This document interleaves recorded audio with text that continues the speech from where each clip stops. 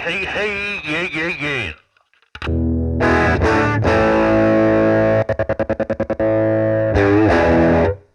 Hey, this is Danny from Weird and Wired, and today I'm going to show you how you can turn a rotary telephone into both a rotary kill switch and a telephone microphone that you can fit onto your pedal board. The phone I'm going to be using for this particular modification is this model. This is a telephone number 776, also known as the Jubilee model. This model of rotary phone is a little bit smaller than most, as it doesn't actually contain the bells inside of this. There is a separate bell unit that this can be hooked up to if you were to use it as a rotary phone, but we're not going to be doing that. We're going to rewire this so we can have two jacks, very much like a guitar pedal, where we can plug in and use the rotary dial as a stutter kill switch, but also have it so we can pick up the handset and use it as a telephone microphone, going through your guitar amp, put it back down, and you've got your guitar signal.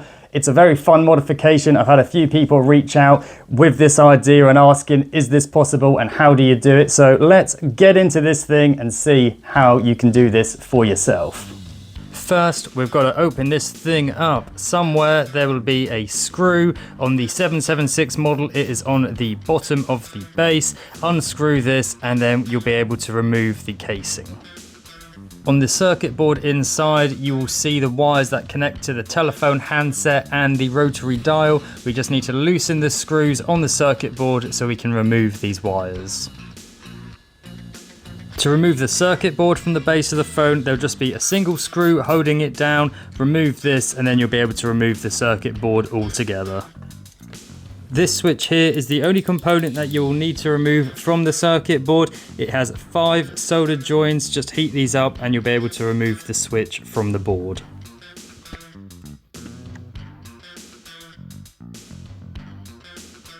To remove the rotary dial, loosen the screw on the bracket that is holding it in place.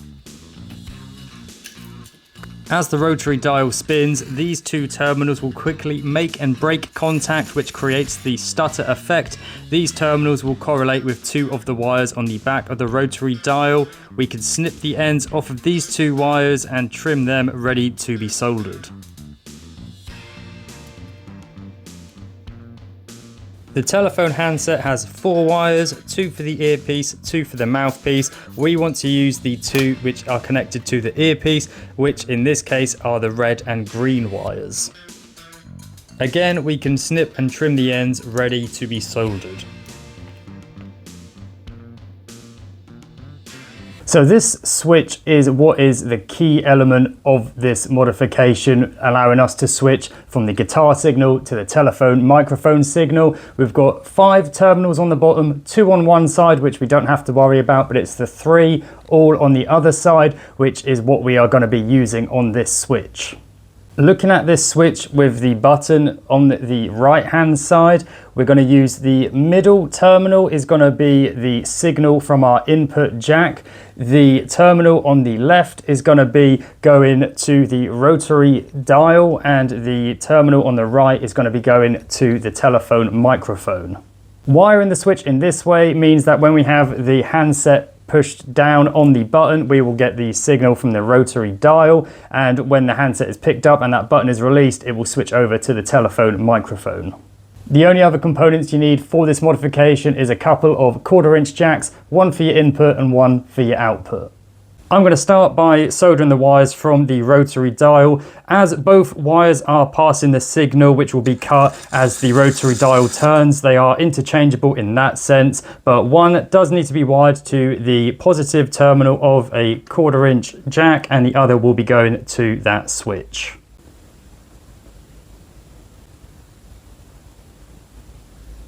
Next up, I'm going to wire the telephone microphone to the switch. Again, it doesn't really matter which wire you use from the earpiece, as they can be interchangeable between positive and negative, though I am going to extend these wires because they're a little bit short to fit and reach the circuit. And to do this, I'm just going to use the wires that we've taken off from the rotary dial previously.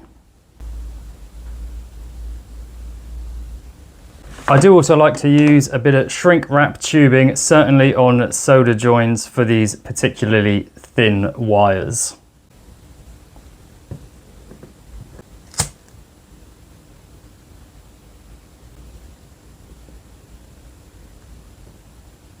The other wire from the telephone microphone is going to be a ground that can go anywhere in the circuit as long as it grounds with everything else. For this, I'm just going to ground it to the 1/4" jack that we already have.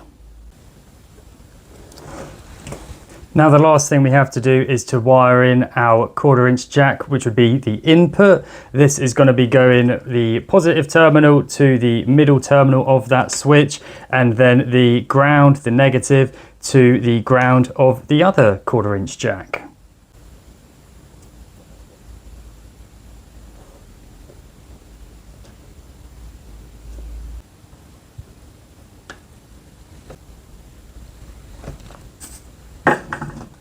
So that's everything wired up. All we've got to do now is secure everything in place. The cable for the telephone microphone we can slot back in like that, nice and easy. The 1/4" jacks, we can drill a couple of holes into the case, which just leaves our switch here. Now generally with these switches, once they've been removed from the circuit board, I find you can just hot glue them to the base of the phone and you'll be okay. This particular model, there's a bit too much space to where it's going to make contact when the handset is pushed down. So I'm just going to get a little bit of wood to raise it up, hot glue it, and we'll be job done.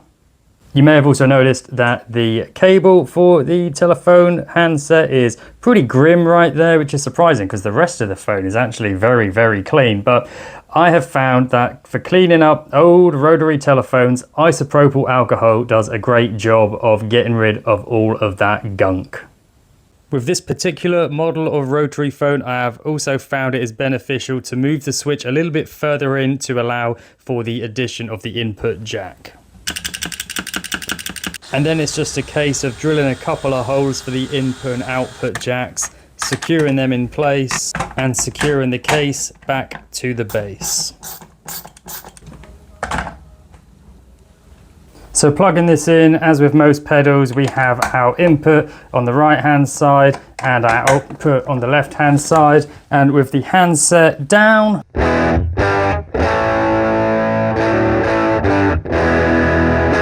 we have our guitar signal coming through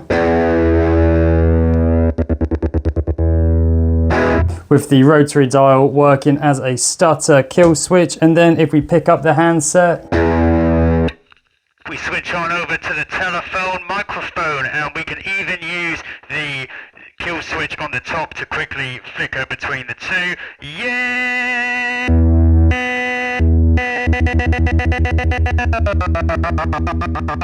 Also use the rotary kill switch with the telephone microphone. Woo!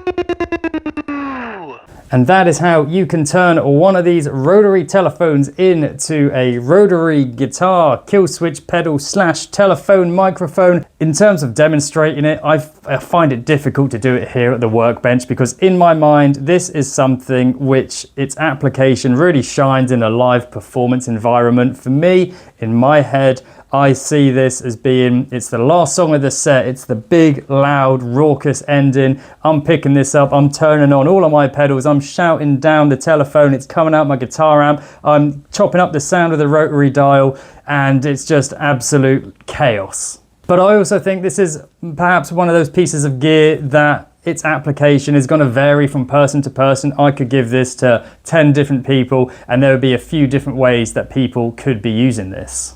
So if you came here wanting to learn how to do this for yourself, I hope this has been informative, and I would absolutely love to see what you make, and I would love to know how you're using it. But if you don't feel like making one of these for yourselves, you can always check out my Reverb store. I've usually got a telephone microphone or two listed on there, and if it's not exactly one of these, get in touch. I'm always happy to try and bring your vision into reality. I would love to know what you guys think, so let me know all your thoughts and feelings, and until the next time, keep it weird and keep it wired.